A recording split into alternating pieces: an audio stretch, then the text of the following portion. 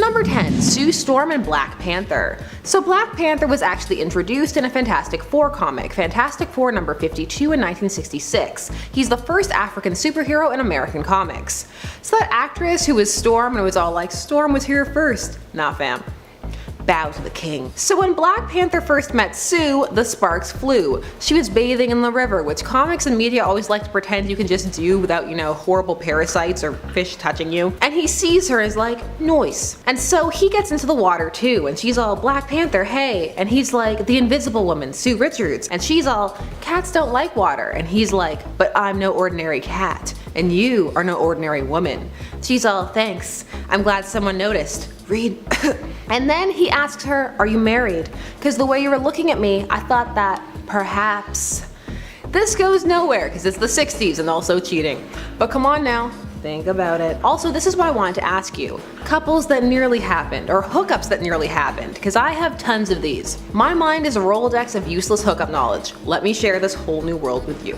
Please. Number 9. Wally West and Donna Troy from Rebirth. So in the new Teen Titans in the 80s, Donna and Wally were friends. He was carrying a really big torch for Raven, and he also ended up recreating Donna from his memories after she was erased from existence in the 90s. It was weird. But in Rebirth, after the return of Wally, him and Donna, well, they started to feel differently about each other. And well, there was a bit of a love triangle between Wally, Donna, and Roy. Yeah, Roy. Roy wanted some of that Donna action, but when he showed up to confess to her, he was too late. Her and Wally had had a heart-to-heart and were kissing, nay, sucking face. So he sadly goes to stand in the hallway and he's all like, too slow, Harper, too slow.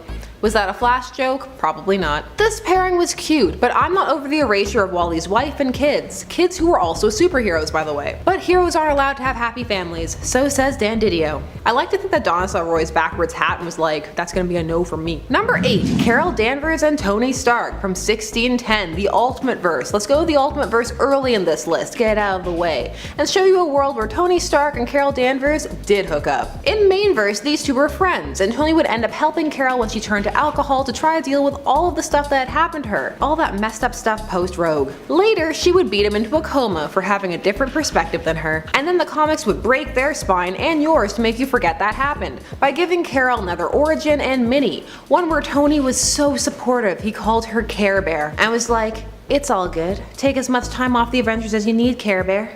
Care Bear stare. Anyway, in the Ultimate Verse, hot and steamy. They were equals too, kinda into it, but the rest of the Ultimate Verse is such a mess. It won't let us have nice things, except for Miles. Number 7. The Samaritan and Winged Victory. Let's get some non-DC or Marvel peeps on these lists. We're gonna look at Astro City, and two of its premier heroes, who happen to have a sweet but also slightly baffling relationship. So the Samaritan is a Superman reconstruction, and he is a man out of time, who is completely focused on saving people, so much so that he neglects himself completely, even though he is lonely. And Winged Victory is similarly focused, enjoying her superhero persona much more than her civilian one. The rest of the members of the Honor Guard, the not Justice League, set these two up, and they proceed to have a disastrous date. First, they go out as supers, but everyone is too focused on them, so then they change into their civilian identities and go to a diner, which starts out okay, but then the two start arguing about their different hero philosophies, like how as a feminist hero, Winged Victory saves women first when given the choice, while the Samaritan saves who is closest. She also feels he hides in his hero persona and could do more as himself, while he feels she also hides behind hers. They end up leaving in a huff, but ultimately they both feel they had a good time and gave the other a lot to think about. They share a kiss and are later revealed to be a couple, both having taken some of what the other said to heart. Number 6. Hawkeye and SheHulk. So Hawkeye's the relationship ninja of Marvel. You turn around, a wild Hawkeye appeared. He used charm. It's super effective. I can't. I'm an Avenger. They're my partners now.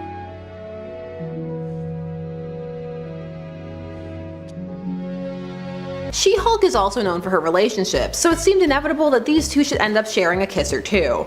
They do, but it's usually SheHulk initiating it as either a distraction or a thanks. It's an offer, but not one that either seems to take too seriously. I would take it seriously. Kiss me, Jen. Although she does then throw him after. Is it worth it? Probably. Better than kissing Hawkeye. I'd kiss Tony, even though he has that goatee. Okay, enough. Moving on. Number 5. Hawkeye and Spider-Woman. Hawkeye is everywhere in the background like a ninja, that pairing you never knew about. But then it's like, oh yeah, Hawkeye. Unless you're a Hawkeye fan, then it's I never forgot Hawkeye. So this started kind of awkwardly. Spider-Woman was crushing on him, but he was married at the time. But when she learns he's not married, it's open season. Now's the time for Jessica Drew. The two strike up flirtation, and it's awkward and kinda cute. Even starts off with a hey. And if Into the Spider-Verse taught us anything, it's that when you use the hey, that's it, you're in. These two would hook up on a stakeout and they would get one of those steamy covers. You know, the one with the arms locked around each other, those types of deals. This would blossom into one of those banter-based couples that seemed to have a solid base. And it was an organic evolution. She saw, she liked, she waited till appropriate, she conquered. But like most things in comics, so few of these relationships last. No, Hawkeye is not Jessica Drew's baby daddy. Though that could have been cute. He could have had a not-so-secret plot twist for not doing my classic romance with Natasha family. What a mouthful. Number 4. Guy Gardner and Ice. So this was a big romance during the JLI run, that being the Justice League International. It started when Guy was injured and reverted back to his pre-brain damage personality, so it was really nice and sweet, and Ice was super into that. However, it didn't last, and he would go back to his more brash, abrasive personality, which while it may have been a hit with fans, was not that much one with Tora, and she tried to stick with him but found herself being drawn to Superman, who had that sweet personality she had first been drawn to in Guy, and it developed into a bit of a love triangle. I wouldn't want to compete with Clark Kent for the ladies. Have you seen his forehead curl? Perfection. Still, this romance is remembered fondly as a kind of mismatched pairing that fans still wish would have worked. Could they have found a way? Maybe. Number 3. Wolverine and Domino. This is a very physical thing. These two are drawn to each other on an animalistic, passionate level, and while at times they give in to these urges, there's lots of talk of him picking up on her scent, which can vary in readers from hot to gross, please no thank you. These two work together in clandestine ops, and Domino gets Logan, both sides, the Wolverine side and the man he once was and sometimes still is. Plus, Domino is willing to do what needs to be done, which is a trait Wolverine always appreciates, because that's pretty much his creed. So these two can talk, but also break things off when they need to. Both these two are more well known for other pairings though, like Cable and Domino and Wolverine and so many others. Number 2. Jubilee and Robin, yet another crossover couple, and we're again dealing with Tim Drake. This is from DC vs. Marvel from 1996, which would see the heroes from these universes fighting, so team-ups, and they would kind of try and match them. So Jubilee would go up against Robin. Well, they kind of fight, but also she's got a huge crush and throws herself at him hard, despite his assertions that he has a girlfriend. She would even cross universes for him and the two would share a kiss. The idea that Jubilee is a sidekick may leave some people pressed, but in 1996, was that really inaccurate? You decide, and leave triggered comments down below. These crossovers were interesting and made all the better by the fact that the writers did try to keep everybody in tone. So who won this fight? Well, Robin, but they were flirting so hard it barely constitutes a fight. He roped her up with a batarang thing. Also, I love that when she crosses dimensions to see him, he's not like, oh my god, interdimensional travel. It's just like, what are you doing in Gotham? Batman trained him well. And in at number 1, Nightwing and Raven. Teen Titans go. So for a while, Raven was completely in love with Dick Grayson, or appeared to be, but he was with Corey, aka Starfire, but that didn't stop her from making out with him a whole bunch. And she was encouraged by the fact that when she kissed him, she sensed feelings of love. He did love her, but not like that, although for a while it was hinted that he did. Or with her kiss when she's in her white robes and he's in his horrible disco Nightwing suit with the high collar, and it's all, oh Raven, I've waited so long. Then after it's all done is, I'm sorry, I don't know why I did that. And he didn't, there was chicanery. This would all end up resolved, and Starfire and Raven would team up in a mean-spirited joke that saw Raven making out with Dick, only for Starfire to fly into the window and be like, haha, got you, she's not in love with you anymore. Take that. Hilarious. I'm worried about Dick, even more now that he's Rick. Give me Dick back. You can snicker all you want. The more we prove that we can say his name like adults, the sooner he turns back into Dick. Number 10. Catman and the Huntress. So Catman was given an upswing in cred when he was added to Gail Simone's Secret 6 series in 2005. He went from being a joke ripoff of Catwoman, even though he was dressed like Batman, to a character with actual pathos and motivations and backstory, and a penchant for walking the anti-hero route. This eventually would lead him into contact with the Huntress. This is the pre-New 52 post-crisis Huntress, so Helena Bertinelli. She was Catwoman and Batwoman's daughter for a bit before Crisis on Infinite Earths. So from the start, these two are attracted to each other, expressed quite strongly in Birds of Prey number 104, when the two have to dance together and can do nothing but have anti-hero-hero banter.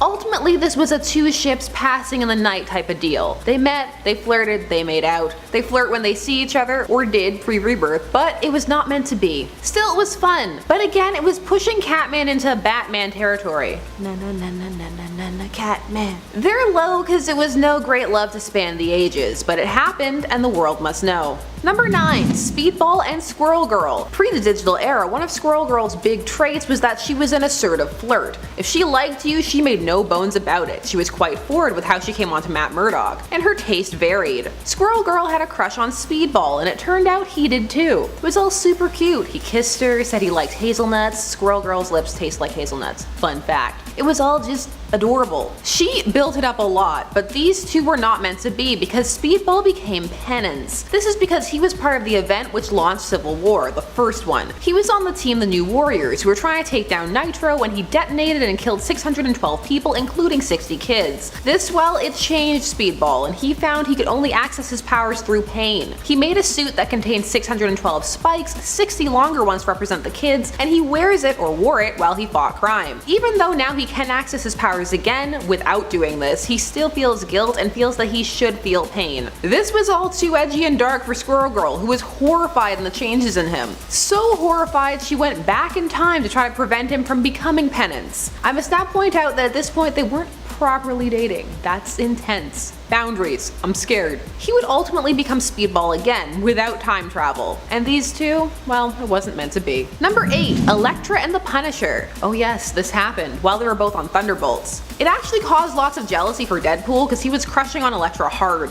The Punisher and Electra, it makes sense on paper, sort of. They're both very intense, though this was brief and well, it ended badly. Electra actually seemed up to trying to make a relationship work and seek compromise, and she knew that Frank wasn't over his dead family trauma, but was willing to meet him halfway. Well, he was already full on ready to kill her. He also belittles her for her affections for people in general and says it's her weakness. Yeah, it ended badly. She would have had a better time with Deadpool, to be honest. Are they a superhero couple? More like an anti-hero couple. Would we have had enough for an anti-hero couple list? Maybe, but that word doesn't trend as hard.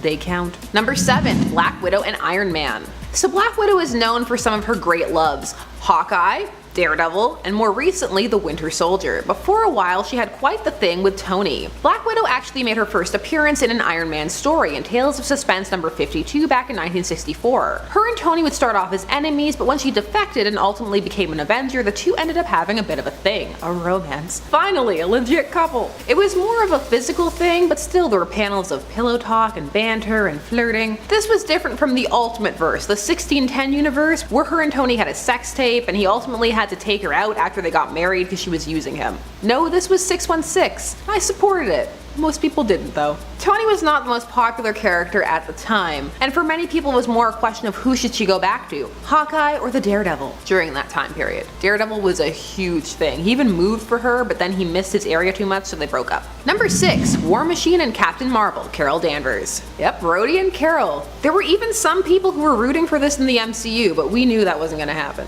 These two's relationship actually made sense. They both had military backgrounds, were both assertive leaders, they understood the demands of being a hero and could work around it. For a time, it was sweet. It showed a human side to both characters you didn't always get to see. A romance can do that if you use it effectively for maximum character development quite quickly, if you're clever about it. He was really supportive, but then Civil War II. Oh, Civil War II. Why? So Rhodey dies leading up to Civil War II. He's killed off super cheaply as a catalyst for Carol to go full Minority Report. So yeah, he pretty much got fridged, which is an equal opportunity thing no matter what people say. If you're a supporting character, a love interest, who's a character in your own right, and then you just get killed somewhere else, fridge. The panel is so dramatic too. No. It would have had more of an impact if Civil War II had been better, if he had stayed dead, and if after he came back the two had kept on dating. But none of those things happened. Some people still miss this pairing though. When it worked, it worked. Sometimes you just want something wholesome. Number 5. Carol Danvers and Wonder Man. This was one of the bigger romances for Carol. Poor Wonder Man. Outside of comics, so many people are like, who? He vanished for quite a number of years after his first appearance because of DC. They were kicking up a stink over them having Wonder Woman and Wonder Man being too similar. But when they then introduced Powergirl after Marvel had introduced Power Man, all bets were off. So here's a picture of the two of them making out. She was Ms. Marvel. Fun fact, Wonder Man has the brain patterns used to make Vision, and had a thing for / with Scarlet Witch. Wonder Man and Carol makes sense, but it's a blip for most, and very much part of the let's pretend Carol was never Ms. Marvel campaign going on at Marvel. Side note, I loved her Ms. Marvel costume. Fight me. They have their most prominent thing during the Mighty Avengers. In fact, Ms. Marvel recruits him. This one would fade though, along with Wonder Man for most people. They just keep forgetting about him. But not us. Right guys? Number 4. Wally West 2 and Raven. So this occurred in Rebirth, which presented an interesting conundrum vis-a-vis Wallace West or Wally 2, who had been brought into existence to replace Wally 1, who had been erased because as mentioned, Dan Didio hates him. So Wally West came back in Rebirth, but Wallace was still around, and if he had been erased out of existence for no reason, tables would have been flipped. Some characters will get tables flipped for them and others won't, we all know this. So he was kept around and was on Damian's Titans team as Kid Flash, and him and Raven, their relationship was very cute and sweet. It was a callback to the new Teen Titans, and Wally 1's feelings for Raven. Only this Raven seems more keen to return Wallace's feelings. He's super earnest, he actually says, "Thanks for sweeping me off my feet." And when she does finally kiss him, she's like, "You told me I should take more risks." Aww, kawaii. Number 3. Ant-Man and Jessica Jones. We're talking about Scott Lang here. This occurs during Alias. Now when most people think of Jessica Jones, they think of her and Luke Cage. They got married, they have a daughter, their marriage was a big deal, because you don't see a lot of official interracial couples in the States as media. But early in Alias, which is Jessica Jones' first appearance, she is actually involved with Scott Lang. He really likes her, but it's not the healthiest relationship, as she's still working through a lot of her trauma, not only from the Purple Man, but from the rest of the superhero community who beat her into a coma. So she ended up cheating on him and getting pregnant, and he ended up leaving when he learned that he wasn't the father. These two were just at the wrong time. And also in Alias, her and Cage are friends, and he's the one person she can tell her darkest secret to, that there's a part of her that doesn't hate the Purple Man, even loves him even though she knows it's not real. And he doesn't judge her. That's husband material right there. Number 2. Beast and Dazzler. That's right, Hank McCoy and Dazzler. They had a mini-series team-up comic that was called Beauty and the Beast. So these two were an unlikely pairing that got together after Dazzler had been outed as a mutant, which had tanked her disco career. But Hank found her charming and lovely and vowed to stick by her side as she got back on her feet. These two would have a whirlwind romance, complete with upside-down kiss and dialogue like, "I don't know what I'm doing. One just goes along and does it." And also plenty of action and adventure and kidnapping and all the like. Pew pew. These two would break up because Dazzler realized she was using the romance as an escape from her problems rather than facing them head on. So it wasn't an equal relationship. So real talk, you know lots of why this exists is because they wanted to use this title. Beauty and the Beast. Boom-tsh. We all know it. And in at number 1, Silk and Spider-Man. This was one of those post One More Day and post Spider-Verse pairings. These two were all over each other, hot and heavy, but the reason that happens might squick you out, might. Their pheromones react together and force them to be very attracted to one another. It's a constant pull they must fight. Is this my high school fanfic? Who's been going through my files? This is, the we can't help ourselves thing. You can look at it a few ways. For me, I prefer when they can't help themselves because of figurative animal magnetism, not literal. These two would break up, and Silk is oft-times pretty mean to Spidey cause girl power? I don't know, she gets real salty at him. She should be salty at the writers. Our pheromones match, my stank matches your stank. Some love these two though and wish they would get back together and view them as endgame. Who's your endgame for Peter? Honestly, when they were together and it worked before you knew it was pheromones, it was pretty cute. Number 10, Nightwing and Harley Quinn. So this one is low cause, well, you probably heard about this one thanks to a little movie called Batman and Harley Quinn. In this, Harley and Nightwing hook up, there's no other way to put it. This is after she beats him in a fight and ties him to a bed and then turns around and notices that things are standing to attention and decides, well, let me just have my way with him. You know if the scene had been reversed, we would not be talking about this the same way, which is why I defy the double standard. This was creepy for me, uncomfortable, he couldn't say no. I hear you, oh, he was into it. Again, reverse it, would you be saying the same thing? If yes, congratulations, you're not a hypocrite. I'm so aggressive today. I blame Harley, I'm channeling that Harley energy. Hey wait, is it true you used to be Robin? Huh, ain't that a kick in the pants. Little boy ones are all grown up. Harley isn't exactly the most stable, but this isn't the only time we've seen these two hook up. This also happened briefly in Grayson, where she actually identified him by his kiss. Grayson was an interesting series, so much cheesecake pretending that that level of overt thirst happened in other comics. Man was molested and attacked by vampires. I've read all of Grayson. I was the target audience, I think, and they got me. It's fine, it happens. Number 9, Superman and Poison Ivy. So this is pure coercion, no romance. No romance, or is this a consensual hookup shenanigans here? This occurred during Hush, and Poison Ivy used her pheromones and, well, pheromone kiss to control him. I'm telling you, Superman is susceptible to these things. Now some say he's not more susceptible than others, why are you harping on it? However, when someone is nearly invulnerable, all weaknesses stand out all the more. So here Ivy controlled Superman at the behest of Hush, and for the overall plot. Now some people just remember this cause, well, it's an iconic look. That's a good reveal when she wraps herself around him and it's all like, look, gasp, I can't believe this is happening. The art in Hush was just really good, regardless of how you feel about everything else. Number 8, Powergirl and Desaad. That's right, you heard it here first, or probably later. This happened in the world's finest comic that was between the Huntress and Powergirl. So this occurred in the New 52 and had to do with Earth 2 shenanigans. So how did this happen? Well, again, this was kind of clandestine. She didn't know she was hooking up with Desaad at first, and there's a great cover with a cell phone, and I'm putting it up, you can see it. So he was posing as Mr. Terrific, who had been exiled to Earth 2, and used that as a chance to make his move and actually succeeded in getting Powergirl to be his girlfriend. So he must have something going on in the personality department. I'm just kidding. She was already drawn to Mr. Terrific. He wrote it in that pre-existing goodwill and relationship. And well, this was short-lived, and Powergirl was furious when she found out. He was just trying to find his way back to Apocalypse.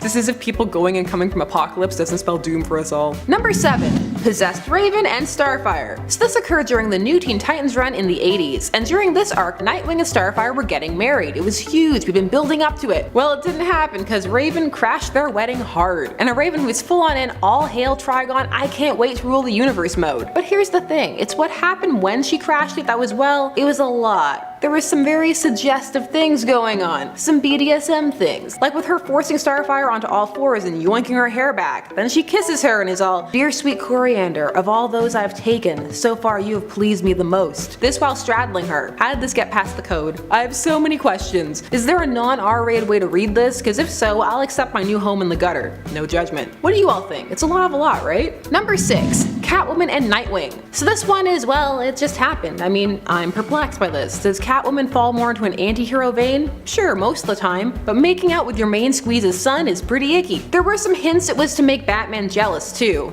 Who are you, Talia? Well, Bruce has a type, I'll give him that. Nightwing was as perplexed as I was, but he went with it, cause that was his characterization at the time. Fun fact, not really actually, but writer Devin Grayson, who would write the arc in which he was raped, would initially blame him for it, only to apologize years later and say she hadn't thought the plot was a big deal. I'm not over it. Anyway, Catwoman and Dick, they made out. Next number. Number 5, Venom and Valkyrie. Well, Agent Venom and Valkyrie. Yes, you heard that right. Don't let your dreams be dreams. When you think about this one's kind of polyamorous too, because the symbiote gets in on it as well. Lots of things to think about. This happened when the two were on the Secret Avengers in the lead up to A vs. X, an event that had a mixed reception. So these two, what can we say? It was odd, but it was a power couple, and it was different, a quasi couple. A bit of wisecracking alien/host with a being from another realm. For these two, it was awkward, a kind of step off my girlfriend. What, girlfriend? Did I say girlfriend? Oh no, that slipped out. So slightly derpy guy with above it girl, only they're both cool. This obviously didn't last, but it was a fun blip.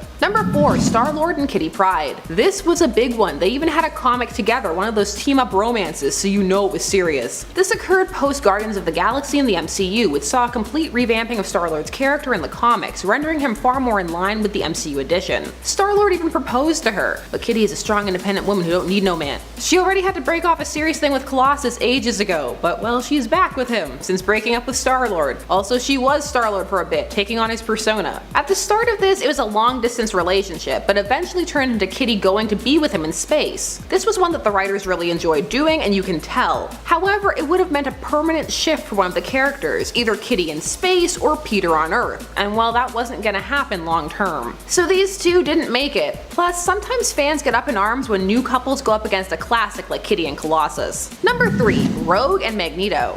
That's right, Rogue and the Master of Magnetism himself. Now their big romance happens outside of the main 616 timeline, but there were hints of it there. It specifically started in Uncanny X-Men number 274 when they're both trapped in the Savage Land. Trapped in the Savage Land for the X-Men is like being trapped in a cave for everybody else. No one can resist. The two have a brief thing, but it's over pretty quickly. In the Savage Land, when powers are defunct, when they are, Rogue can touch people. In the time before she had more control over her powers, this was a huge deal. In main canon, it would be a kinda will they, won't they, oh they kinda did kinda thing. She even had a relationship with his clone Joseph, though at first she thought that he was a de-aged amnesiac Magneto, and went for it. Their grand courtship would be them paired together in Age of Apocalypse, where they were just a couple. And some fans were into it, while others flipped the table asking where's Gambit. Since then, this still happens, and she's definitely slept with him since in main continuity. She's married to Gambit now at the time of this recording, or was. It's a sore spot. I feel like a gossip rag. Next up, pictures of Cyclops taken from a bush outside his house. You'll never guess what secret X-Force mission he just greenlit. Number 2,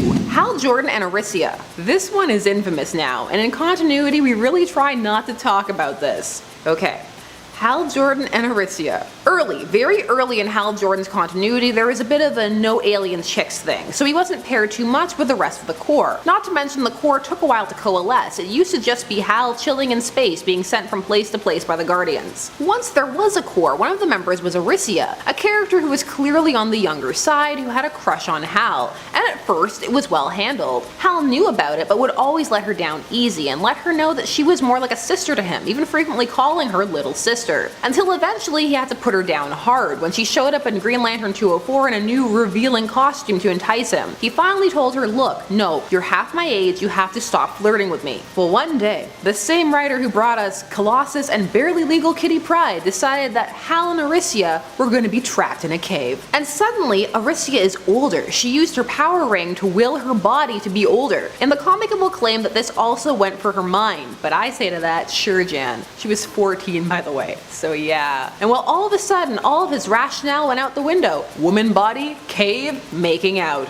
They would fully get together after this, and there's one issue where Guy Gardner spikes their drinks so that they can get together. This whole plot. Later, a new writer, Peter David, well, a couple of writers later, would just have her break it off with him. And so it was never mentioned again, except by people like me. I refuse to let this hot mess go. It must live on and the world must know. And what could beat that? Number 1, the Scarlet Witch and Quicksilver. That's right, twin siblings, twincest, from the 1610 Ultimate Verse. And yes, they knew they were siblings. And yes, people in that universe will judge Cap for not getting it. What a stick in the mud. So why did this happen? Well, the Ultimate Verse was edgy and extreme, pushing boundaries, many of which nobody was asking to be pushed. Now, fans did not react well to this, but the writers kept pushing it, adding more backstory when it was at first more subtle, like them sleeping together and Wolverine, who is potentially thought to be their father for a bit, watching them from the bushes. So why was all this happening? Well, mostly it was build up to kill off Wanda so that people in universe would care, and it could be part of the motivation for launching Ultimatum, an event so awful and edgy that it is said to have been the death knell for the entire Ultimate Universe. That's why Ultimates 3, Ultimatum, the whole thing. No, bad Marvel. Bad. Number 10, Sue Storm and Doctor Doom. We're gonna start off with one you may be more familiar with, and that's Doom using his God Emperor powers to create a patchwork world of the colliding multiverse. This world was called Battle World, and in this world he met a version of Sue who fell in love with him and started a family with him. They had 2 children who they named Franklin and Valeria. So basically he was like, F you Reed, I've got your life. How's it feel? And Reed was like, feels bad man, I'm gonna grow a beard. Now this hasn't been the only time Doom and Sue have been together. On Earth 99315, these two were married, and Doom was a hero, and Sue was Baroness Von Doom. Though some fans speculate this Doom was actually Reed. There was an upswing in people considering these two after Doom was able to be the method by which Sue Storm's miscarriage was retconned into the birth of a healthy little girl, who Doom then named. That's why their daughter is named Valeria, and Doom is her godfather. Fun fact. She even left them to live with him for a while. Number 9, SheHulk and Juggernaut. This happened during Chuck Austin's run on the Uncanny X-Men, a run that is disliked by many fans, and in it we had one of those reformed Juggernaut sightings. So Jen becomes attracted to him, and the two hooked up, and destroyed a hotel room because they're both big and muscular and it's funny.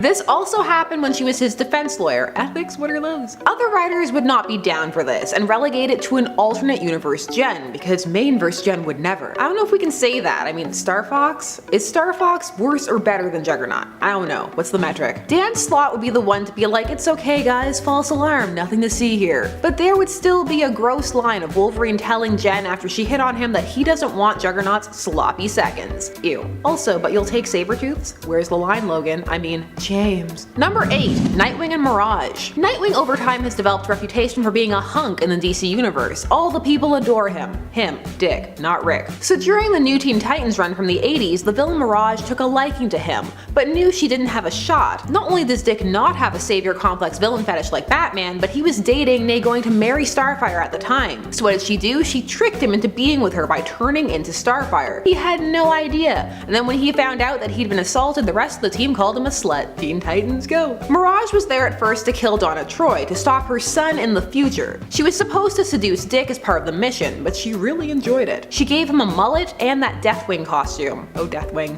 what a time. Number 7. Iron Man and Madame Mask. Now, comics love to give heroes a villain to tempt them if they can, to increase the drama. In Tony Stark's case for a while, that was Madame Mask. It wasn't uncommon in early Iron Man for the ladies Tony loved to either be secret or blatant villains. So Madame Mask, Whitney Frost, yes she has another name but I don't feel like butchering it. These two would come to know both of each other's identities and start a romantic relationship. Madame Mask was moved by the concern Tony showed over her face. She's down for people who don't care about her scars. It is sweet, but this would all break down when she had to choose between him and her father. And she found that she just couldn't. She and Tony still have a complex relationship, but it's not as romantic of one. Number 6. Jason Todd and Talia al Ghul. Let's squick you out. Now at the time this happened, Jason was not a superhero, but he would be if you count Red Hood like that. And he was Robin before, so haha, take that, it counts. So initially, after Jason was resurrected officially after the fake out Hush resurrection that would then turn out to be real, complicated yes, Jason would have a backstory of being taken from the streets by Raish, who was training him to use against Batman, but he was a bit more of a brain dead husk than who he used to be. Then Talia took pity on him and put him in the Lazarus pit. She was treating him as a mother figure would. She took him under her wing and trained him, but she would then tell him about Tim Drake, the third Robin, to get him all riled up, and also tell him how Batman had at that time taken out her father, and that she needed him to punish him for her. Then she had sex with him. Yeah, that's pretty squicky. You're like a son to me. Punish your father for me. Nope. I'm out. Number 5. Blink and Annihilus. Blink is an interesting character who I have a huge soft spot for because of the Exiles, but she's here because she had a romance with Annihilus, who is a classic Fantastic Four villain. Blink initially comes from the Age of Apocalypse, and took up with the amnesiac version of Annihilus. This was in the negative zone, but he called it off when he felt himself beginning to revert back to his original personality, as he really did care for her and didn't want to hurt her. This would be a relationship that would stay with Blink, and when she had the opportunity to attempt to save him, she would take it. However, these days, this is more of a forgotten romance. And for most of us, more of a someone was with Annihilus? What?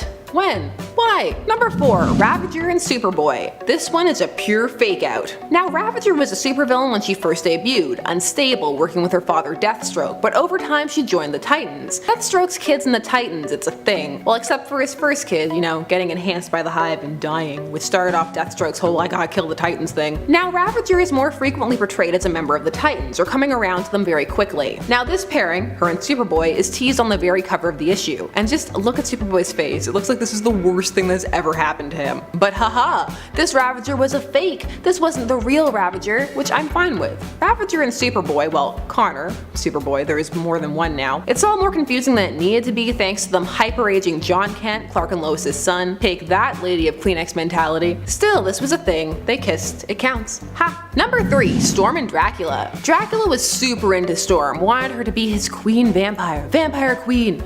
Why do people in comics always turn this offer down? I'd be all, pick me, I volunteer, which is why I never get picked. Too keen. You gotta act like you don't want it, like a cat. Uncanny X-Men number 159, he went full Dracula on her, seduction. He does turn her into a vampire for a bit, and we get this great annual cover of her living her best vampire life. But well, this didn't last. She managed to shake the vampirism off, and I for one was sad. But we have the whole alternate timeline and What If where she stayed a vampire. This was, I'm biased, I love being an evil powerful queen, and that is Storm to a T when she gets like this. I just love Storm. I'll take any Storm I can get, even 80s punk rock Mohawk Storm, aka the coolest Storm. Dracula used to be cool, now he's kinda whiny and begs for dates. But he married Deadpool's ex-wife, so maybe he's happy now. I don't know, probably not. Eternity is a long time. Number 2, Thor and the Enchantress. This gets to be high up because this could have been a great love. In an AU story, these two were married and had a son. Happily married, no Sue and Reed shenanigans here. Enchantress at this point wishes she was the woman Thor loved. Amora, not enough people say her name. Amora is her name, not the woman that Thor loves. That changes. Right now it's the SheHulk. Now this developed over time. She was initially sent to take out Jane and worked with Loki to seduce Donald Blake, Thor's human form. But she came to care for him, but well, that's not the best first impression, is it? And Thor has a whole slew of lovely ladies throwing themselves at him, so she has a lot of competition, and Thor's not really one to dabble too much in dealing with the villains. He's not Batman, that's for sure. These two, there's something there. I just want more of a spotlight on Amora. I wanted thy love, not your death. Please, please come back to me. And number 1, Dr. Doom and Storm. Oh yes, Dr. Doom is at it again. He's trying to find that Baroness Von Doom. Will no one help him warm his drafty castle and listen to him lament about the death of his mom? Someone stay with Doom. Uncanny X-Men number 145. This issue sees the two of them having a candlelit dinner together, and even though it's part of a Doom plot, he finds himself drawn to her, particularly her confidence and lack of fear around him. The way she acts as though they're just equals, and he's super into it. And she seems to like him. She's like, Doom is a fascinating man. And he's like, she's drawn to me like a lioness to a lion, like a queen to a king. Wow, calm it down. Down, boy. He ultimately goes through with his plan with Arcade, but not before saying he finds her enchanting, but then ruining it by adding child to that. Just why, Doom? Go back to like a lioness to a lion. Number 10. Starting it off with a please, they hinted at it, I wish this had been pursued, couple. The Riddler and Harley Quinn. So after Harley made her debut into comics from Batman the Animated Series, her and the Joker split pretty quickly. Yes, she still had feelings for him and could at times be lured back, but for the most part she was striking out on her own with a solo series featuring fun team-ups and eventually with the Gotham City Sirens. That series would see her join forces with Poison Ivy and Catwoman. During one arc, they need to enlist the help of a quasi-reformed Riddler, who Harley flirts with hard to get him to help. But the real hinting comes at the end of the arc, wherein after helping them, Harley gives Riddler a peck on the cheek, which he pulls away from, and the comic proceeds to have the most melodramatic narration about it of all time. I see the hurt in her eyes as I pull away. I turn quickly so she won't see the hurt in mine. Whoa, hold on, did I miss a page? That escalated quickly, and frankly, I wish it had escalated more. But the new 52 is around the corner, and with it a new Harley who murdered basements full of children and wore her ex-lover's face. In my heart, I'll always have Quiddler. Number 9, Destiny and Mystique. This is an interesting one because at first it wasn't happening canonically, not overtly or officially. However, it was entirely happening in the subtext as far as fans were concerned, only it was being coded. And then, in 2019, it was flat out confirmed thanks to the History of the Marvel Universe number 2, which canonized it. Which I bring up just to have a ha, I wasn't crazy. They said I was mad, but they were wrong. So Destiny is Irene Adler, and her and Mystique have been in love since the 1900s. The two would form the second evil brotherhood of mutants together and just be constants in each other's lives. Mystique could be herself with Destiny and express all her concerns about Rogue and all kinds of other things. And funnily enough, worries about the future with a precog. That must be interesting. So in the past, Mystique would sometimes transform into a man at times when these two were out in public. It was postulated that a lot of this was to skirt around the comics code authority, while others feel it was a fanon that grew to become accepted and has been incorporated into canon. Either way, I'm not reaching, and it feels good.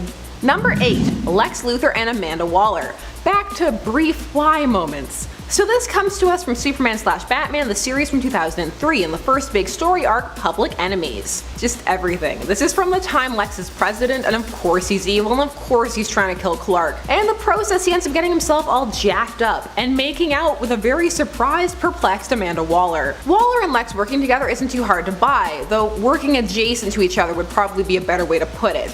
But these two are way too dedicated to their respective clandestine tasks for this to be a thing. They would just have massive files on each other. Does Lex hook up with people? Does Waller? Now I've fallen down a rabbit hole. But what else is new? Intend for you to play a role in all this. A very important role. Mr. President, Hawkman. Number 7, Harley Quinn and Red Tool. So some would classify this more as an anti-hero couple, but killing for money? I don't know. But leave that aside for a moment, because this relationship, or flirtation rather, is quite interesting. In comic fandom, one of the biggest Harley Quinn ships is the crossover pairing between her and Deadpool. which is only ramped up as DC has made her more and more Deadpool-esque. So in her new 52 series and beyond, a character named Red Tool was introduced, an extremely blatant Deadpool stand-in. He was completely in love with her in an insane, I'ma kidnap you so we can go to the carnival kind of way. She treats him pretty horribly for the most part. Except when she needs him though. Over time, the two come to develop a friendship, though he's essentially the Harley to her anti-hero Joker. He's just Deadpool. It works for some people, but for others they fall into characterception. So Red Tool is Deadpool, who was at first modeled off of Deathstroke because he was Wade Wilson instead of Slade Wilson. Comicception. Red Tool isn't replacing Joker or Ivy or even Deadshot for most fans anytime soon. Number 6. Namor and Emma Frost. Man, was this one unhealthy. And an affair. But they're tenuous anti-heroes at best, though Emma ranges a bit more, and villains at their worst. Namor and Emma Frost. This happened when they were working together and was particularly prominent in Uncanny X-Men. Emma was with Cyclops at the time, but Namor persuaded her with his smooth, "Why can't we do this? You're not married, you're just bound by a whim and a word." Can you feel how much he wishes Sue would leave Reed in that sentence? Cause I can. So these two would hook up and are quite the power couple. They also work because they both know it's a no strings attached type deal, but they're both really cold. Ice cold. I wasn't surprised by this. I mean, Emma and Scott's relationship started off as a psychic affair where she would sometimes roleplay as Jean.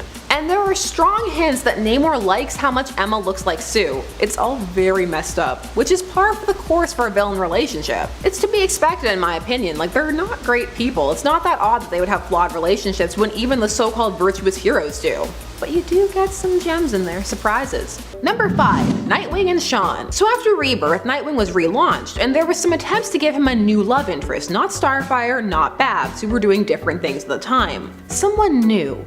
Enter Shawn, who was a real minor villain. The comic even at times calls her an activist. So she would graffiti things, and she was called the Defacer. Is it the Silver Age? Because they want their character names back. In Rebirth, he was supposed to have met her while he was still working with Batman, but despite being essentially a tag artist, she was a match for Dick in every way because of her father. Her big plot with Dick was that she was maybe pregnant. Pregnancy scare. Dun dun dun. This relationship did not end up lasting. Number 4. Scarlet Witch and Doctor Doom. This comes to us from Avengers: The Children's Crusade, a miniseries where we see the young Avengers seeking out Wanda because Wiccan, her son, through complicated retcon, has begun to experience his own reality-altering powers. So he wanted to make sure he didn't, unmake the universe. So when he finds out she's at Doom's castle, he goes to rescue her, only to find her in Doom's colors, which in comics is an instant romance cue. You change your color scheme, you might as well go buy a house together. In fact, when Wiccan asks if she's okay, she says, yup, she's marrying Doom tomorrow. So she's great. Baroness Von Doom, here we come. But it turns out that this wasn't a genuine courtship, which is a shame since the two do have a lot in common. Instead, it was Doom who was manipulating her to be with him in a bid to keep her sane, and keep her away from the memories of her past self, the whole no more mutants thing, also House of M. This was to make sure she wouldn't wipe out a whole species again or almost wipe them out. But Wanda remembers, and actually after a bit of finagling goes back to Doom, but not romantically, but for help, because he's such a master sorcerer and all, but there seem to be some lingering feelings there. But the ritual they have to do turns Doom back into Hot Doom, which we can never have. That's not the status quo anymore. So he poofs out, so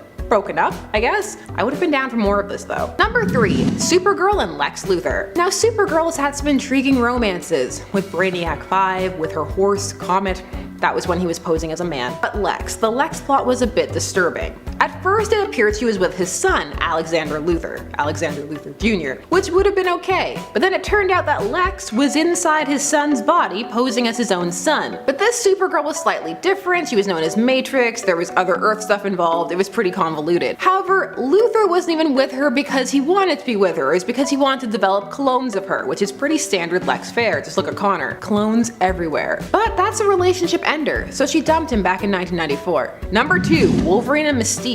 So remember when Wolverine was all no sloppy seconds? Well, he doesn't mean it, because he ended up hooking up with Mystique, even though I guess technically he was the first. It doesn't matter, it's still a gross line. The two actually met back in 1921, and she used him in a bank robbery, but these two would always drift together because of, their connection and the fact that they've both been around for longer than other people, and will be around for longer than other people after too. They've also moved in the same circles, kind of on opposite sides. They just kind of fall into each other, sometimes, but it rarely lasts. Too much bad blood and history between them. Mystique has her beliefs, and Logan has his angst and his pain, and the twain very rarely meet. But this is one that some fans would like to see more of. Would you? Let me know down below. And number 1, Batman and Nocturna. Let's be real, I have a hard time seeing Batman turn down many of his rogues if they propositioned him. If you wrote it right, you could probably get away with it. He really wants to see them get better, to see the light. So at one point in his history, he had a relationship with Nocturna. This is pre-Crisis Nocturna. This plot, oh man. So Nocturna became one of those people who was entangled with both Bruce Wayne and Batman, but she also got into a custody battle with him for Jason. She was a surrogate mother to him and even adopted him. And you know what she didn't do? Sleep with him. Looking at you, Talia. But she didn't want to take Jason away from Bruce, so she proposed the next best solution in her eyes, an actual proposal. The two would get married and be Jason's parents together. Poor Jason, just being used as a pawn. She was actually in love with Bruce, and they did get married, but obviously it did not last. Number 10, Batman and Wonder Woman. So this one is at number 10 because, well, this pops up a decent amount and was even part of the DCAU, that being the DC Animated Universe, with Wonder Woman being a pretty aggressive go-getter about it. Most people in that canon remember that episode where Wonder Woman gets turned into a pig, and to change her back, Batman has to sing for Cersei, and he does. It's all very sweet. However, in comics, this has been flirted with as well. It's usually as an Elseworlds thing, but they were also together during the Obsidian Age saga, a post-crisis arc that now no longer counts. Like so many things, so many universes reset. This one falls into a Man of Steel, Woman of Kleenex argument for some, saying that Batman would be too fragile. I mean, remember when she shoved him in Snyder's Justice League? Another series that was hinting hard at this. When people tend to pair Wonder Woman in the Trinity, it tends to be with Superman, but that will run into a backlash with some of being too obvious, where they felt that Batman and Diana is a more unique dynamic. Which do you prefer and why? Tell me down below. How do you feel about Wonderbat? Yes, I use the ship name. I'm that type of person. You know this by now. Number 9, Nightwing and the Huntress. Here we go. Post-crisis. So Helena Wayne has become Helena Bertinelli and is now a loose cannon who does what it takes to get the job done. She would end up having a relationship, a brief one, with Nightwing during one of his more angsty periods. They would even have a mini-series together where their dynamics would bounce off of each other. Her succeed at all costs, and his Batman training, which more often expressed itself in the need for limits. It was a 4-issue mini. He tries to get her to change her ways and gives her the whole "we're both lonely" speech, which is a bold play, but if you get the person at the right time, can be super effective, and it works here. I mean, this gets them sleeping together, and then Barbara calls and it's super awkward because they were a thing, and he's all, "Shh, you'll wake her up." Like, wait a hint, Dick, you didn't have to say that. She's over there. So this was a kinda sorta love triangle, but not really. It ended up being treated as a bit more of a physical thing, and it would carry over into new timelines, but it's not, for most people anyway, who people envision either of these characters with. Dick has his ship war with Barbara and Starfire, and there was a big push for Huntress and The Question, largely thanks to the Justice League cartoon, where they were super cute. Maybe you're not looking in the right direction. You're the League's data guy, the conspiracy buff, right?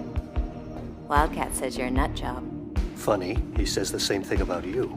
He's right. Number 8, Spider-Man and Mockingbird. So Spider-Man has had many a superpowered or superhero girlfriend, and one of them has been Mockingbird, who was actually married to Hawkeye for a bit. I'm telling you, Hawkeye, secret relationship ninja. Now Spider-Man and Mockingbird was set up as a bit of a mismatch, but was also supposed to be the relationship that was going to help Marvel move past One More Day. One More Day is the infamous storyline that ended Peter and MJ's marriage via demon divorce, and for many, MJ and Peter are endgame. So this was a relationship. She was Spider-Man's super spy girlfriend, who started hooking up with him while Peter was the head of Parker Industries, and had his life in order. However, from the start there were signs, like for example, Bobby didn't find Peter funny, and he quips all the time. Red flags. And then Peter would be reset again. So he would go from "I have a job and things are working out" right back to "he's a menace and he has no job and can't figure anything out, time to crash on her couch and then go find a roommate." Yeah, so she didn't want much to do with this Peter. I can't imagine why. And now has a very looking down on, mean to him, but she secretly still cares dynamic. Or she did. These things shift. Mostly now it's a, "hey, we used to date," and it's super awkward. You know how we could have avoided all of this? By having writers who understand that writing marriage can be interesting and dynamic. You just have to apply more than baseline effort. And I'm gonna rein in my salt, because I'm about to reveal my true form.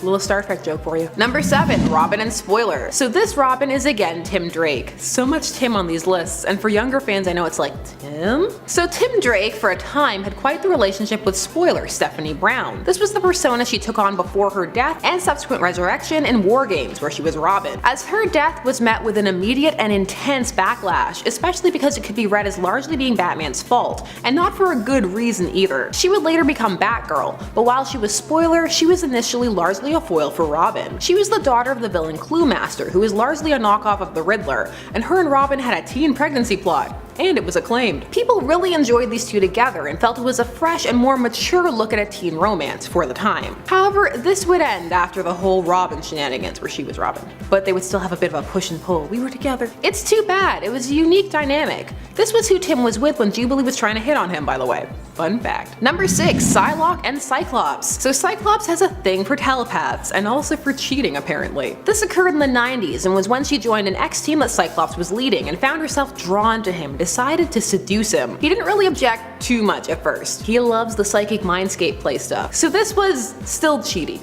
cause we're past him abandoning his wife and baby to hang out with Jean, but this followed pretty shortly after and he was now back with Jean. And so to some fans it was like, okay, so did Madeline mean nothing? Did Jean mean nothing? Like these are supposed to be the great loves of his life. And then here comes Psylocke. She would employ some of the same mind play things that Emma would do later on in the new X-Men, which were also super effective. Minus the creepy mindscape therapy pretending to be Jean, there's a lot. He would ultimately stay with Jean though, and then Cable would show up as an adult, so no time for cheating. Number 5. The Hood and Madame Mask. So just after saying that, we have a surprisingly Swedish one. So the Hood is a newer villain created in 2002, while Madame Mask is from the 60s and was a villainous romantic interest for Iron Man. Brian Michael Bendis wanted to do something with the Hood, as he felt he was a great new creation that not a lot was being done with. And one of the things he did was give him a romance with Madame Mask. And what can I say? I'm a sucker for the I don't care how you look angle. Like he sees the villain within and was there for it. For a time. And also, can we talk about how Madame Mask and Iron Man used to make out with their masks on?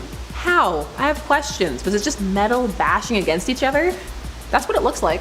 Number 4. Scandal Savage and Knockout. Scandal Savage is also a newer creation from 2005 made for Gail Simone's Secret Six series. She was the daughter of Vandal Savage, meaning he was finally catching up with Ra's al Ghul in the children department. She would be an integral member of the Secret Six and form a relationship with Knockout, who first debuted in Superboy Volume 3, number 1 back in 1994. She was a former female Fury, so this was a power couple for sure, and one of the more together villain relationships out there for a time. But Scandal's also the type to compartmentalize and keep her feelings close to her chest. This relationship gained attention for being an open queer relationship. Gail Simone is all about that. Number 3. Mystique and Sabertooth. So Mystique and Sabertooth's union is one that produces horrifying results for the Marvel Universe, in that the two have a son together, Graydon Creed, a huge figure in the anti-mutant movement. He formed the Friends of Humanity. Mystique keeps an eye on Graydon, who she gave up for adoption, and wow, that must be a really disappointing stakeout. So Mystique seduced Sabertooth, aka Victor Creed, while he was in Germany on a mission, and she was undercover as a spy. So at first, not exactly the most out and open pairing, though it would become one later on. Mystique isn't bound by what people look like. They're both passionate and have a kind of instinctual understanding of each other. They can be a bit of a bastion in between the madness that is their lives. Did you know they had a team-up comic? Yeah, they did. Sabertooth and Mystique. So people were here for this. You don't just get a team-up comic. Well, I mean, sometimes you do. They're trying to boost one of the popularities of the characters. But it has to be people the company thinks fans will want to see together. Number 2. Carnage and Shriek. Yes, there was a romance for Carnage, bizarre twisted romance, just like you'd expect, well if you were expecting a romance at all. Both of these characters are from the 90s. Her and Carnage would team up in the event Maximum Carnage, a crossover from 1993, which was as extreme as it sounds. She is one of the people Cassidy Carnage frees when he escapes from Ravencroft. They would recruit Doppelganger, Demoglobin, and Carrion and place themselves in the position of being parents to them like a dysfunctional symbiote family. Shriek was all over him, and some fans were all over this, just crazy villains doing their utmost to, well, do what villains do best. These two still get fan art. There's kind of a proto-Joker Harley thing going on here, but it branches off pretty quickly. What in the name of? It is my master, Dormammu, who confers this gift upon you, Cassidy. And number 1. Thanos and Hela. You probably saw this one. This was one of those things that got articles galore. Articles with headlines like, Thanos and Hela just got steamy. No, stop. Why all the press? Well, Thanos and Hela were big in the MCU popularity charts at the time. This began in the unworthy Thor number 5. But really, is it that odd? Hela is the goddess of death, and Thanos was formerly obsessed with death. so it's really almost like a transference. Two cosmic beings who will be around for much longer than most of their enemies. Though, well, not Thor, because he's nigh immortal. Do you support this, or do you feel like it was one of those horizontal marketing things to try and draw attention? Cross promotion is very real and sometimes is subtle. Number 10. So get ready, this one has to be low because I'm stretching hard for them to qualify. It's a mighty reach. Renee Montoya and Twoface. Renee Montoya would become the Question and Twoface was Harvey Dent. Boom, acceptable. Anyways, yeah, these two had a bit of an odd, kinda sorta one-sided courtship, mostly one-sided. This happened leading up to Gotham Central and was not romantic. This one's not cute. No hazelnut lips here. So during No Man's Land, the Batman arc where a giant earthquake devastated Gotham and villains took full advantage and Batman refused help from people who came offering it, like Superman cause, well, he's Batman, Renee Montoya became a go-between for the police force who remained and Two-Face, who is the leader of one of the sections of Gotham. She would try to connect with the Harvey Dent side of him, and it worked, only a little too well. Seeing how tirelessly she worked and how understanding she could be, he fell in love with her. His Dent persona would take over for part of this arc too, putting him temporarily in the good column, and at that point they had a good relationship. However, this would all end badly when he discovered she was a lesbian and proceeded to out-hurt her friends, family, and colleagues, hoping they would all reject her and she would have no choice but to be with him, the only person who truly loved her. Dark stuff. She obviously gave that a hard pass. Number 9. Batman and Batgirl, The Killing Joke, but also secretly some other places. The adaptation of The Killing Joke is now infamous for how poorly received the extended story featuring Barbara Gordon was well received. It was intended to give her more agency and character before her paralysis. It instead, for many fans, reduced her to a whining love interest who was more of a caricature, but some people loved it. Mileage varies. The character development would involve her struggling with balance of violence and being Batgirl, but also her proving she wasn't just a little girl by sleeping with Batman, just mounting him after they fight on a rooftop. You wanted! I made it work! Ugh.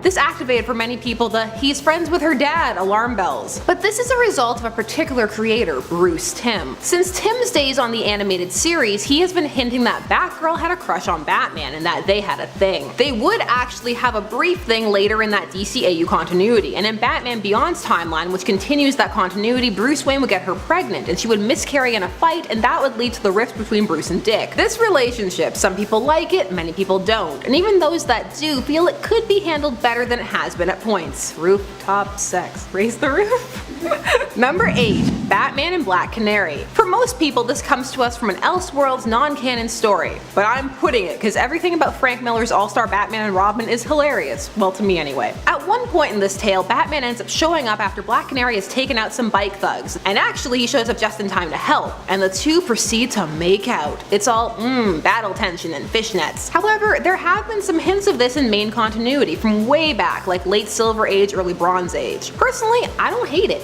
This panel about them breaking the bond of loneliness, it kinda got me. I feel like Bronze Age Batman would treat her better than Bronze Age Arrow, or Modern Age Arrow, even though she crossed universes to be with Green Arrow pre-Crisis. She'd also be good to all the Robins. Oh god, I think I ship this now. People like to throw this into Elseworld stories, but maybe it's time to shake up that main verse. No more Bat-Cat. Bat Canary.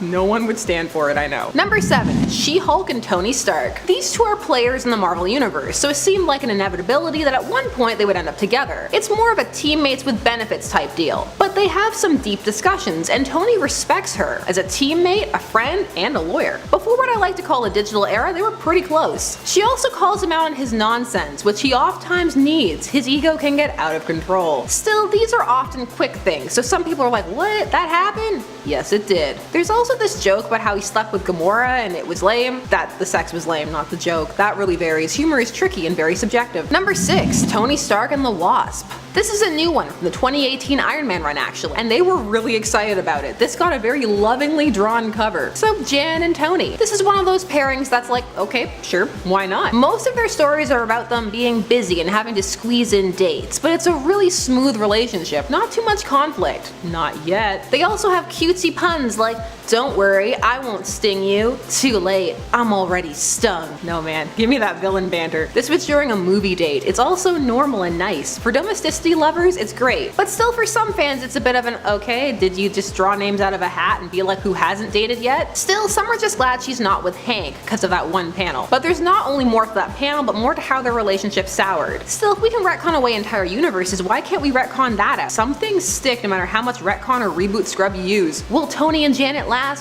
Probably not. Number 5. Barbara Gordon and Ted Kord. So this occurred during Birds of Prey and was set up as a separate romance for Barbara outside of Dick Grayson. Ted Kord was drawn to Barbara because of her intelligence and attitude, and she enjoyed his easygoing but still serious when needed attitude. The two would enter into a tentative relationship, however ultimately would decide that they would rather be friends / be with other people. This culminated with them leaning in for a kiss and being like, I have something to say, and she says, I'm getting serious about someone else, at the same time as he says, can we just be friends? The two have a good laugh about it and there were no hard feelings. Any lingering potential romantic feelings would be cut short by his murder by Maxwell Lord. And since his resurrection post universe-wide reboots, things have been different. Number 4. Captain America, Falcon, and Lady Thor. Listen, I need to specify when you have multiples running around at the same time. So you know what I'm talking about. Like some people get really mad when you call Lady Thor, and they're like, she's Thor. And I'm like, yes, but second Thor, and we have adjectives and descriptors for a reason. She's not even Thor anymore. There's just so much happening there. So this happened in all new, all different, and was, well, there was a battle and they're colleagues, and the dialogue after their kiss is really weird. Firstly, everyone is shocked, like they've never seen a kiss before.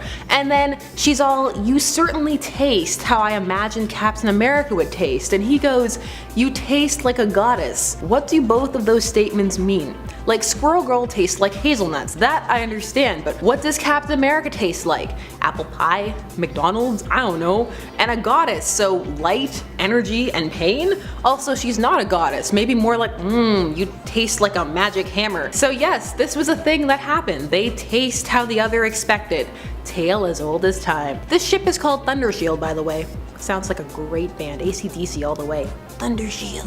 Number 3. Scarlet Witch and Brother Voodoo, or Dr. Voodoo. Time for a Scarlet Witch pairing that doesn't involve mind control. Hooray! Scarlet Witch has recently had far more emphasis placed on the witch part of her persona, and was even recently retconned to not being a mutant anymore, which I hope gets changed back. Come on, pendulum retcons, where are you when I need you? Well, Brother Voodoo, Jericho Drum, is a powerful sorcerer, and was even the Sorcerer Supreme for a time. These two decide to explore what the potential future could hold together as a couple for a bit, and it was sweet. They both know the struggles the other has gone through, and the danger and power of magic. It's so wholesome. He asks her if she's okay, there's none of the judgment that comes from other people. She's all like, I've never been with anyone who understands both sides of me. And he's all, after their kiss, that was sudden. Good, but sudden. See, that's something cute after a kiss, not you taste how I thought you would taste. Bleh. Wholesome cuteness. More of this, please. I support. Number 2. Kyle Rayner and Donna Troy. Just before we get started, in the new Teen Titans in the 80s, in that canon, for a time, Donna had a husband and a kid,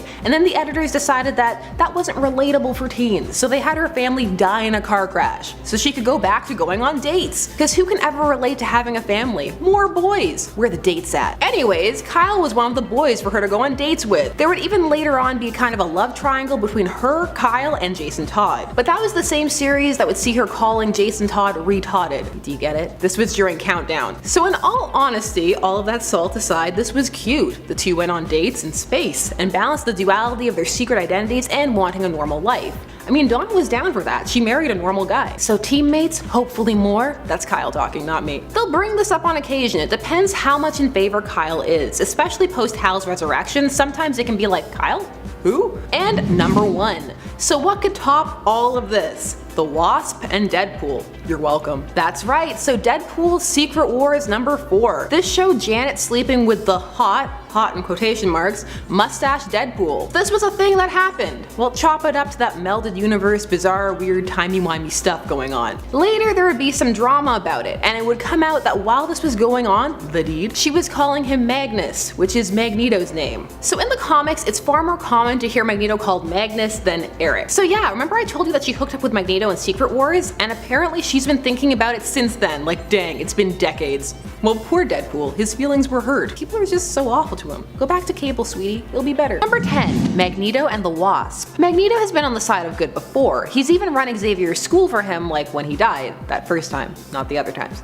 sometimes. Their friendship is bizarre but strong, so he counts, even though in the arc where this happened, he was in more of an anti-hero mode. This occurred during the massively successful Marvel event Secret Wars, the first one from 1984, not the sequel or the new one from 2015. In this first one, a group of heroes and villains are suddenly plucked from existence and dumped onto a planet to duke it out, to battle each other and see who will win. And when they're grabbed, on the side of the heroes, Magneto is there, so hardly a reach, barely a stretch. So in Secret Wars, Magneto kidnaps Wasp by trapping her in a metal ball and taking her over to his base, as he was driven out by the heroes at the start of the event because they didn't trust him. Well, Charles wanted to keep him there, but he was overruled. He kidnaps Wasp and begins to lay it on real thick. He's not a monster, he wants to discuss a team up, he respects her as a leader. She was leading the Avengers at this point. He thinks she's beautiful, and it looks like it's working, making out all over the place. But haha, it was a ruse. She was playing along to learn his plan to take back to the heroes. But for this issue where it's happening, I'm like, man, if only it wasn't so kidnappy and creepy. I can get behind this, and say what you want about Magneto, but he's not gonna slap her in the face. Number 9. Black Canary and Hawkeye. Yes, you heard that right, you haven't gone mad. But they're from 2 separate companies, you cry. Why do they only hire fake nerds? Calm down, it's okay. DC and Marvel have done more crossovers than people think, and this occurred during one of them, specifically in JLA/Avengers. In this story, Kronos, with a K, had smashed the 2 realities together, creating a combined universe, but not an amalgam one. In this one, they were still separate characters. In the amalgam universe, they were all fused together, like Darkclaw. So in this story, we see reality shift and reshape itself over and over, and in one of these shifts, not only is Hawkeye a member of the Justice League, but he's with Black Canary, and he apparently crossed dimensions to be with her. The League seems behind this too, with Diana proclaiming that they're a cute couple to Batman, but Green Arrow looks salty and pressed, as he should. A blip, but we'll explore a crossover couple more in depth a little later. Number 8. Superman and Supergirl, from Action Comics number 289, from 1962. Kissin' Cousins, the comic. This is where Superman marries Supergirl, his cousin. Legit, I'm not making it up. So Superman in this issue is talking about how he would marry his cousin, since it's legal on Krypton, and he for some reason cares about that, even though he's lived his whole life on Earth with Earth values, but I digress, and he does bring up it's legal some places on Earth too, so he's been thinking about this. He actually tells Supergirl that if he ever were to get married, it would be to someone like her. Through Silver Age magic, he ends up on another Earth, and there meets a grown-up alternate version of his cousin named Luma Lanai, and she is super into the idea. And Clark, he can't resist someone with 2 L's in their name. Lois Lane, Lana Lang, Lex Luthor. Yeah, this comic has been pushed out of the minds of many readers, and Luma seems to have been permanently erased in Crisis. Sometimes they still bring this concept up, like them flirting, but stop. They're not Luke and Leia, please stop. Number 7. Wonder Girl and Robin. We're talking about Cassandra Sandsmark as Wonder Girl and Tim Drake as Robin. Now initially Wonder Girl was with Superboy, Connor Kent, the version that was Lex and Clark's son, well biologically at least, because he was made up of both of their DNA. But then Connor died, and Connor was also Tim's best friend, and so the two grieved together, and in their grief ended up seeking comfort in each other. Comfort that bloomed into a relationship, and a genuine one, a non-Connor wrapped up one. Though there was guilt, much guilt. Even more guilt when it turned out that like most people, Connor got better and came back, and his best friend was with his girlfriend. Awkward. Tim Drake had drama, I missed him. He's been a bit more sidelined in Rebirth. Yeah, he's Red Robin, but it's not the same. The Robin cycle in the Who's the One We Know the Least to Do What With Right Now department. Number 6. Spider-Man and Captain Marvel, Carol Danvers. This happened when she was Ms. Marvel. Spider-Man and Carol are contemporaries, and at one point he had developed quite the interest in her, a crush. And she, for all of her sniping at him, does respect him. He actually kinda barters for their date. She needs a favor from him, and he's all, I'll do it if I get a date, and she's like, okay, but clearly doesn't mind and is all, I trust you. She probably thought he wouldn't show up given his track record, but he does. So the two end up going out to eat. It's not the worst date either of them have been on. She asks him about Osborn, they chat histories, it's pretty cozy, but they end up not being able to talk about anything but work. Cause really, that's the most of what they have in common, but this pairing would creep up a few times. It's not the most popular for either of these two though. Number 5. Wolverine and Squirrel Girl. Yes, you heard that right. Just think about it, cause this happened, largely off panel, but they linger on the hints of it when it comes up, and apparently it ended badly. This is mentioned in New Avengers number 7 from 2010, when Wolverine enters the mansion and sees her going, Doreen, and she goes, James, so you know it was serious. I thought we promised to never see each other again. Then he has to awkwardly tell her that he's on the team, so she'll be seeing much more of him. Squirrel Girl was Jessica Jones and Luke Cage's nanny at the time. Well, their daughter's nanny, not their nanny. This led to speculation that vacillates between being confirmed and unconfirmed, that Wolverine, or James, was Squirrel Girl's Marvel's first love and that he took her virginity. Cause these are the facts the world needs. The two would grow to at least be cordial. Number 4. Spider-Man and Kitty Pryde. What romance list is complete without a trip to the now infamous Ultimate Verse? Well, many lists actually, but not this one. Marvel's Ultimate Verse did a lot of tweaking of characters' ages and gave us a whole group of heroes firmly teens, lots of them going to school together, or at least learning that they were the same age when identities were revealed. Such was the case with Spider-Man and Shadowcat. He actually started dating her after breaking up with Mary Jane because he was tired of always putting her in danger and worrying about her. And Kitty, thanks to her power set and training, could more than hold her own. They would also team up and fight crime together. This would be one of Peter's great loves in the Ultimate Verse, and provide much confusion for readers who accidentally picked up an Ultimate Verse comic thinking it was the main verse one. You can make the label as big as you want, mistakes still happen. Of course, Spidey would die in this verse, making way for Miles Morales, although he would be brought back to life, cause death in comics means as much as Peter's word that he's gonna show up someplace on time.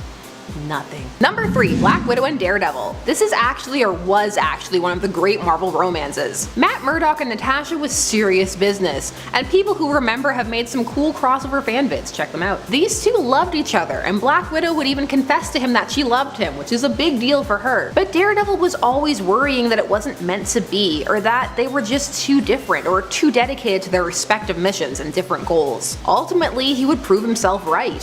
He would leave Hell's Kitchen but would grow resentful and miss his city. So he would go back, and eventually the two would both be involved in more famous romances. Daredevil with Electra, and currently the big one for Natasha is her and Bucky Barnes, the Winter Soldier. Thanks to the whole backstory that they knew each other in the Red Room, which is a great retcon. Not all retcons are created equal, some are good.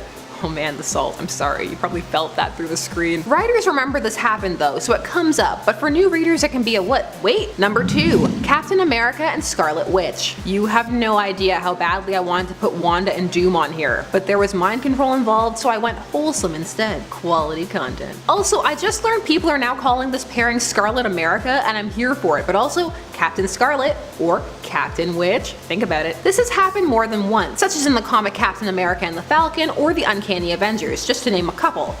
Couple of fun. These two often strike people as an odd pair, but it's a soft pairing. The two as people who can trust each other with their pain, and also Cap trusts Wanda even after everything, which is a big deal for her. And she sees some of the darker sides of Cap, like his post-war trauma, and can help him through it. But like I said, this one comes out of nowhere for some people. But this could maybe work? Give wholesome power couples a chance. And number 1. Rogue and Deadpool. Yes, this happened. Here they are making out in the sky, something comics like to portray as if it would be romantic and not terrifying. This is from the same run as our last number, the Uncanny Avengers, or the team known as Avengers Unity Squad. While on this team, Rogue and Deadpool got to know each other, and Rogue found herself coming to like Wade, who was on more of an even keel at the time. She really started to develop a soft spot for him when she learned about his daughter Ellie, and saw how hard he was trying to be a good father. So the two would have a fling. It would be brief and have an artificially constructed moment, where she kisses him, in the sky, and absorbs his powers and his appearance, even though she probably shouldn't have absorbed that part. But it's still sweet, because she says that she doesn't care what he looks like. This was adorable, two misunderstood souls together, but now it's treated as a joke, especially in the Rogue Gambit miniseries.